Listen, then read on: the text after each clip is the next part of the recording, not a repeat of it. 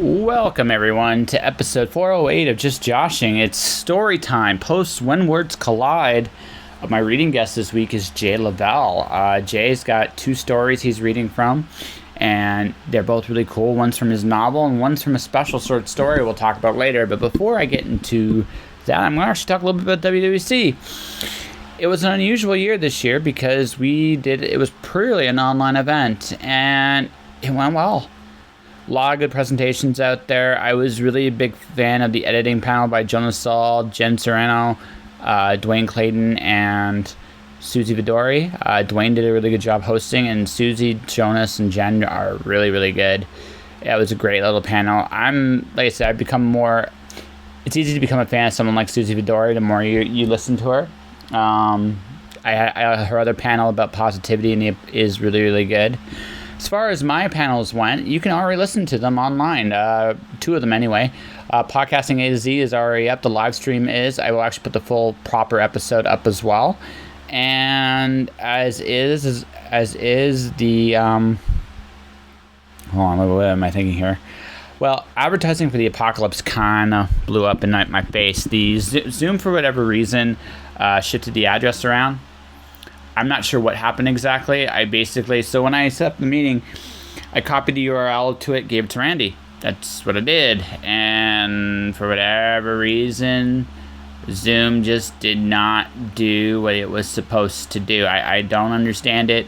So a lot of people missed out. So that presentation's already up for people to listen to. Check out my YouTube channel, Joshua Pentolaresco.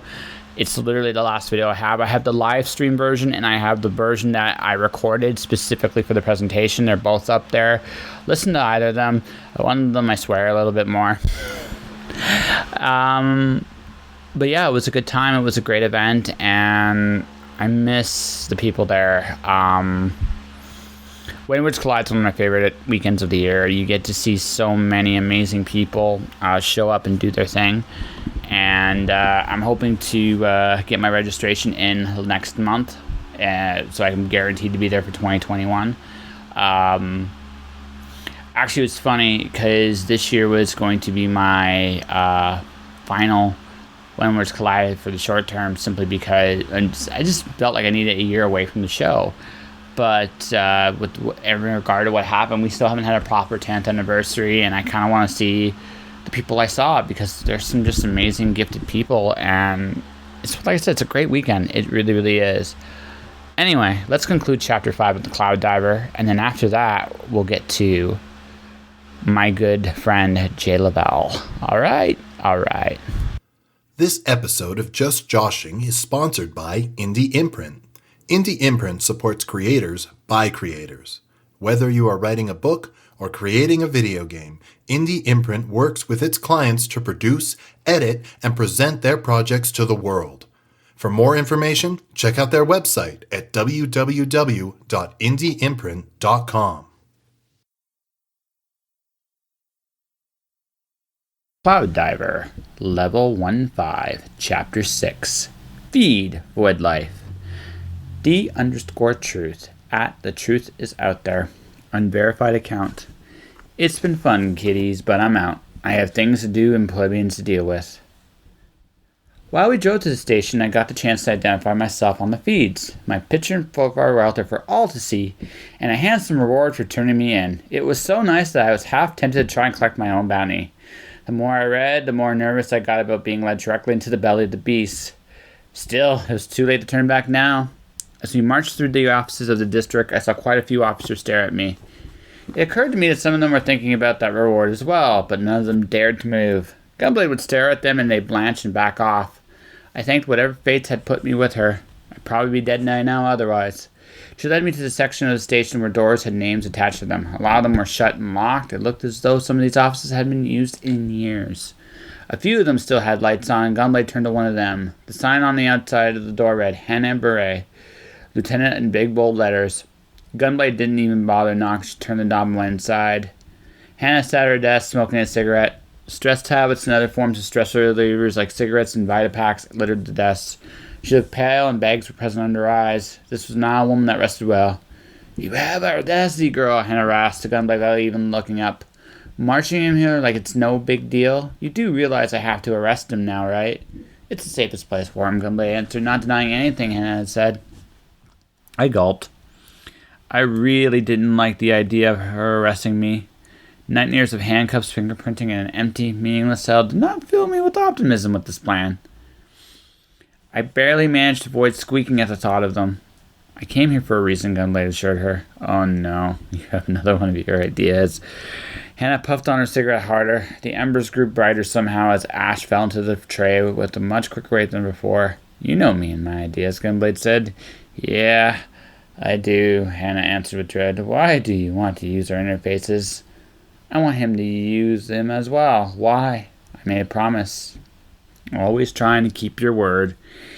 Hannah grabbed a couple of pills from the box on the table and wolfed them down. I swore I heard a crown crack from how hard she chewed on them. It took me a second to figure out why.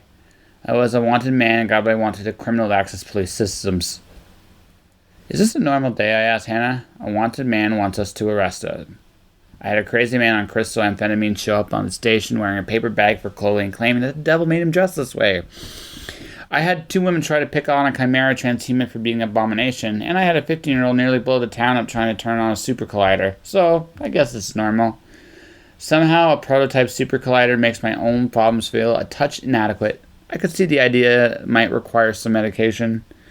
I still had to process him, and told her. As long as he comes to me for the operation, I'm fine with it. We need 8 hours, Gunblade answered. 6, Hannah retorted. 7. Fine. Gunblade looked at me and finally addressed me. Once you process, the company will know where you are. They'll wait and see what happens from here. Hopefully this will give them a sense of false confidence.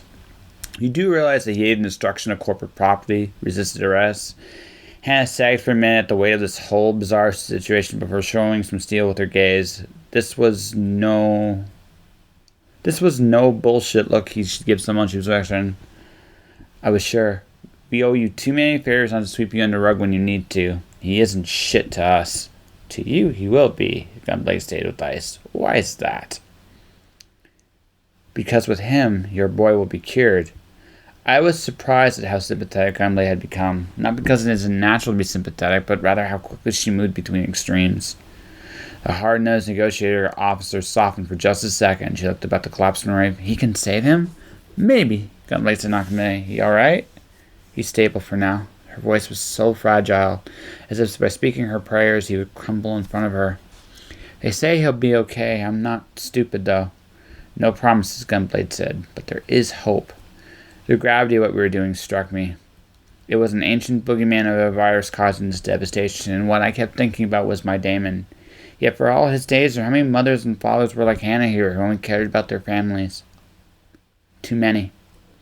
I'm not going to pretend that I was doing this for heroic reasons at this point. Rescuing Stevie Y in my town was purely a selfish thing. But here, now, I couldn't run from how much bigger this was. How many people were suffering like Lisa and Hannah's son? It made my problem seem inconsequential. No one could be allowed to do something like this. Someone needed to do something. I might be a hero for this. It didn't make me feel noble or strong. I was terrified. I wanted to crawl into a hole and pretend this wasn't going on. But I couldn't anymore, could I? This was the right thing for Zoo, for Stevie Y, for Hannah's son, for Lisa. No pressure now.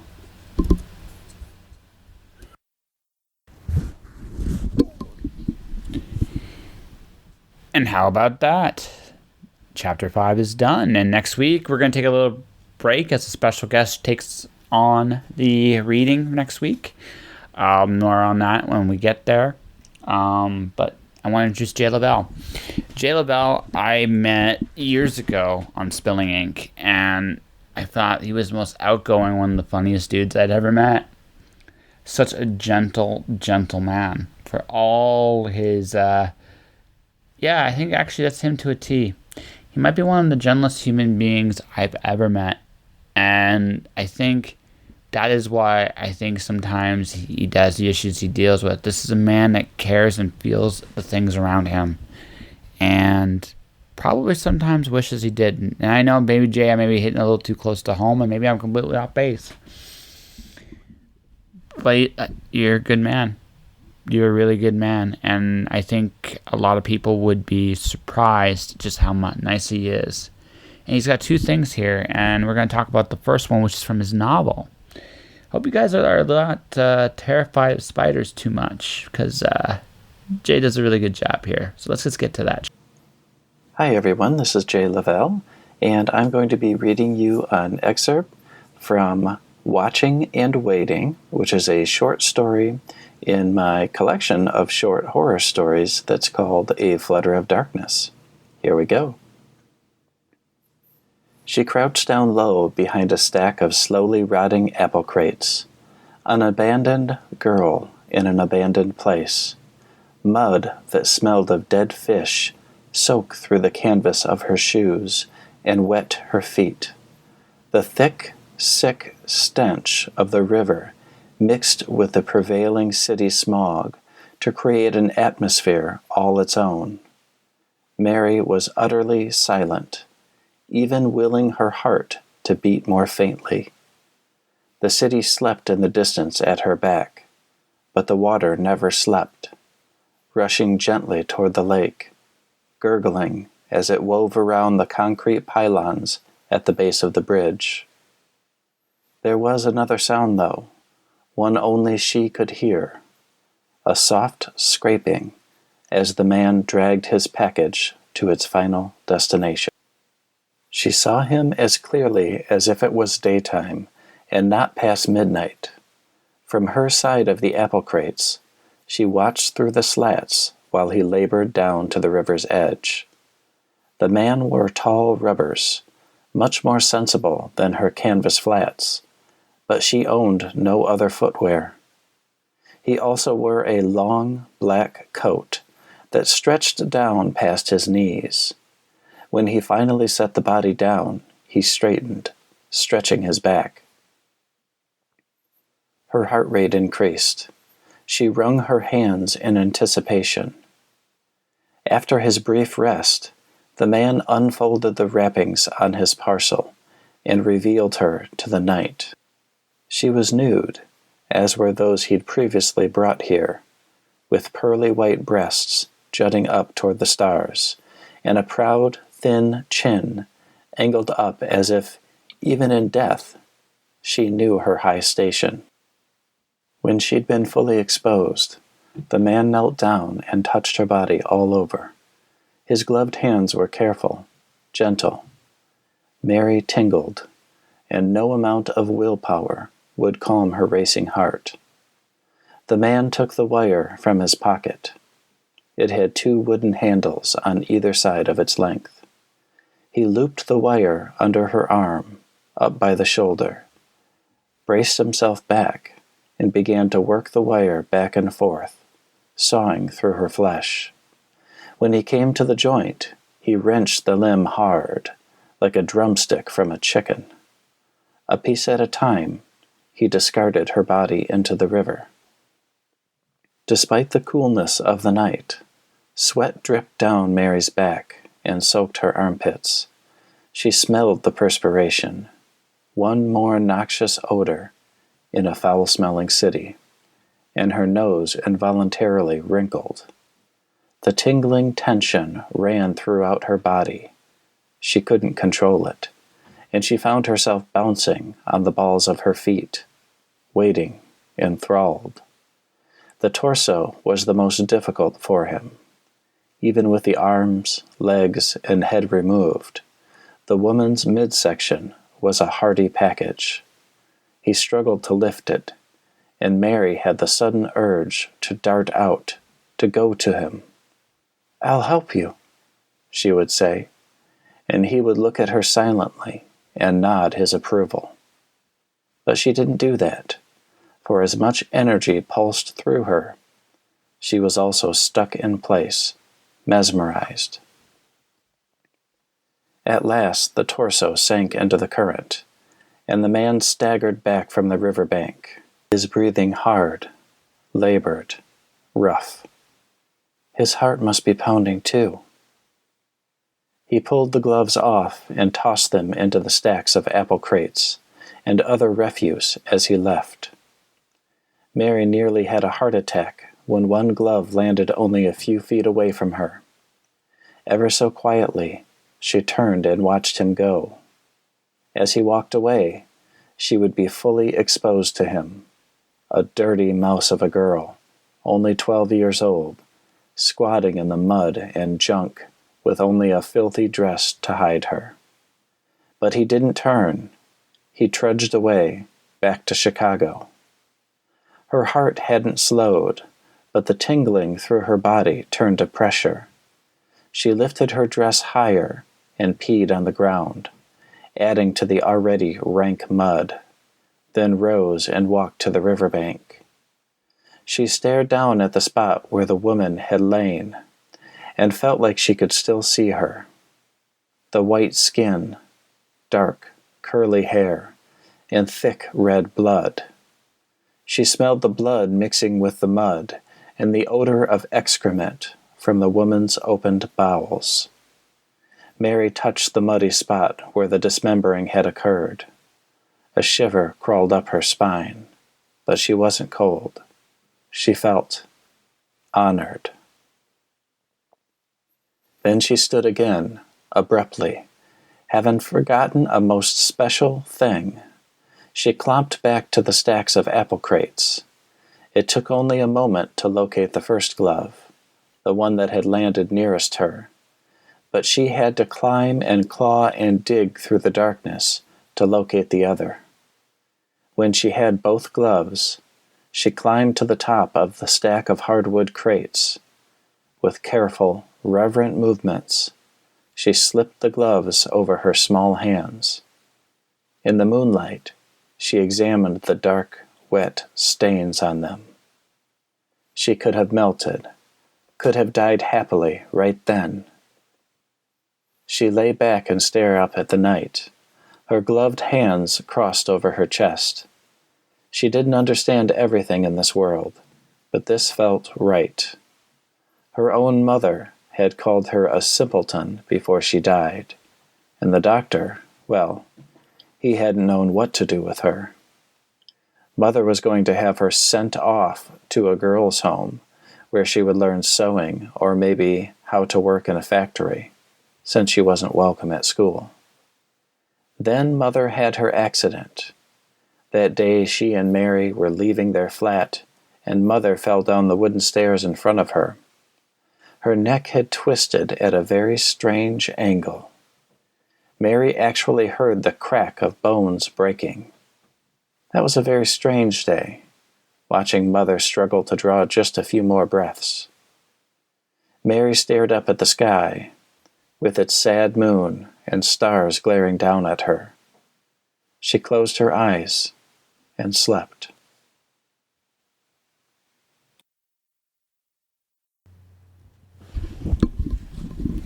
Cool, huh? So let's get to the last piece of this, shall we? Jae actually has a short story he wrote for Black Lives Matter. He cares very much about civil rights. He looks up human rights probably more than just about anybody I know. I think he's a really good, like I said, this is a really cool thing he did, and I actually featured this for a little bit. But the reason I wanted him on my show was because he was doing a great thing, and a great thing that more people should hear about. So Jae, this one's for you, but also everybody, take a listen to this short story. Hello everybody, it's me, Jae Lavelle, though for those of you who follow me on social media, you may have noticed that I am transitioning to the name Jae, J-A-E.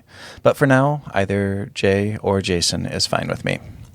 So I'm going to read you a little passage from a story today, but I want to tell you about it first. Now, everything I write is personal. I pull little bits and pieces from my life, the people around me, stories that I've been told, experiences that I've had, and kind of from down in the depths of my own inner psyche. And so, when you read, one of my books, you're always getting a little bit of me with it. But this short story that we're going to be talking about today is by far the most personal thing I have ever written. It was born out of my own confusion and fear. It was inspired by my family, the love that they have, and the loss that they've experienced. This was a really difficult story to write. And so when you hear it and when you read it, I really hope that you can feel me, because there truly is a lot of me in here, kind of laid bare with all of my ugly emotions. Now, after I finished writing this, I really didn't know what to do with it. It's not a horror story. It's not an action thriller. There are no killer spiders, no pandemic causing the apocalypse, and there are no paranormal elements. So I was kind of confused about what I should do. You know, this story was a way for me to dredge up a lot of emotions and feelings and grief and try to sort it out for myself. And anyone who has experienced grief knows that it can be a confusing process and a difficult process. But right now, I'm going to be releasing this on its own. I'm going to be selling it for $2 in the hopes that I can raise funds for those fighting against injustice in our country. All proceeds from this book, every single penny, will be donated to Feed the Movement, a small group of individuals based in Charlotte who provide hot meals, snacks, and drinks to all of the people fighting for justice.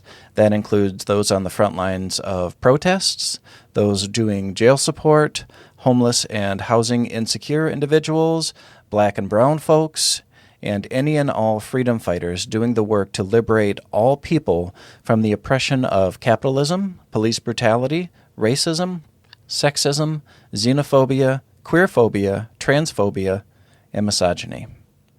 I think that this is a very good cause and a very important one. I think that all of us recently have been made much more aware of the horrific injustices that have been happening in our country.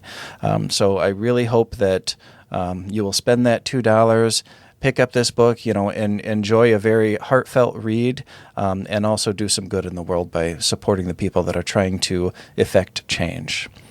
Now, I'm going to read you a short passage from this story. It's called Echoes. Here we go. Yvonne stared out toward the horizon through pale, rheumy eyes. Dark blue water, dotted with occasional whitecaps, swept out in a gently undulating blanket toward the imminent sunset. Her hands shook at her sides. She gripped the deck railing to steady them. She'd never felt called to the sea, nor been enamored by the ocean. But this place, it was different. Lake Michigan pulled at her and had her whole life. No matter how far she traveled, her heart remained by the lake, where the air blew crisp and cool, and every night blessed her with a spectacular sunset. A tear rolled down her cheek, navigating a maze of lines and wrinkles before falling into oblivion. She hadn't been down to the water in, well, it was hard to remember when. Funny how time did that. 20 years it's been. 2 decades since I've put my feet in the sand. So long since I've felt the cold sting of the water around my ankles. Her brain worked faster than her body. In her mind, she was already off the deck and across the lawn, waiting at the top of the steep staircase that led down to the beach. But she wasn't 30 anymore, and even her 60th year had passed by decades ago. Time had withered her body into a twisted echo of her former self, stealing her strength and leaving an old lady behind. She moved like the lake on a calm day, almost imperceptibly, guided by the surety of the current beneath. It pulled her home, the longing in her heart echoing the rush of the waves. Home. Was that something she'd ever feel again? Yvonne slipped off her black flats, patent leather ones with a gold buckle on top.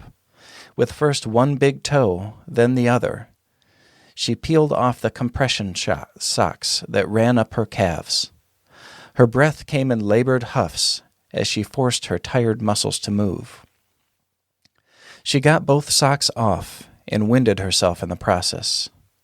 The nurse usually helped with that sort of thing, but she wouldn't be coming until morning. Yvonne had told her to stay home. She needed time for herself after the funeral. The grass chilled her feet as she stepped out into the yard. It folded beneath her, the slight damp of the earth coating her thin skin. She shivered and watched her feet as they took her out through the grass, perfectly cut by the nice landscaper. Zach was his name, easy to remember because he shared the same name as her grandson. She braved a look up as she moved closer to the landing. The waves' gentle rushing beckoned her like a crooked finger, with a sound as reliable as a heartbeat, though maybe not her own these days. She reached the landing and gripped the rail, steadying herself as she caught her breath. 2 steps up onto the landing, and she looked out down the dune.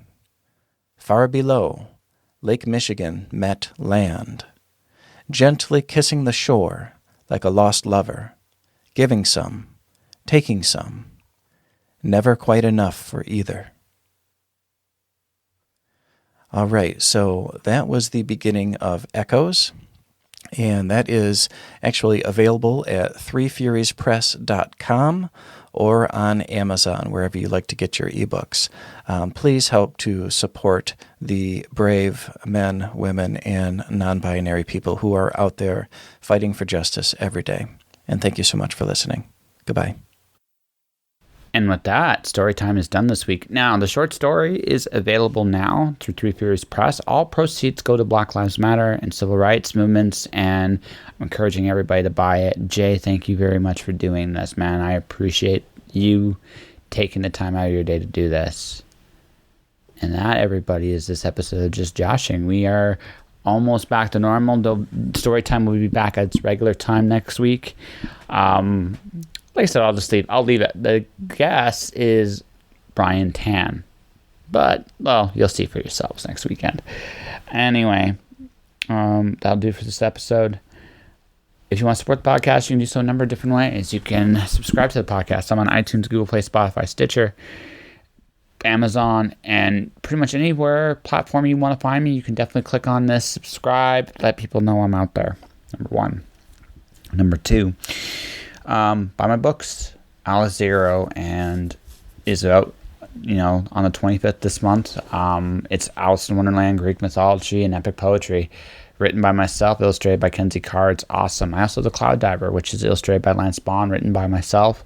My first novel. It's out right now. If you guys want to support this podcast, it's a great way of doing it.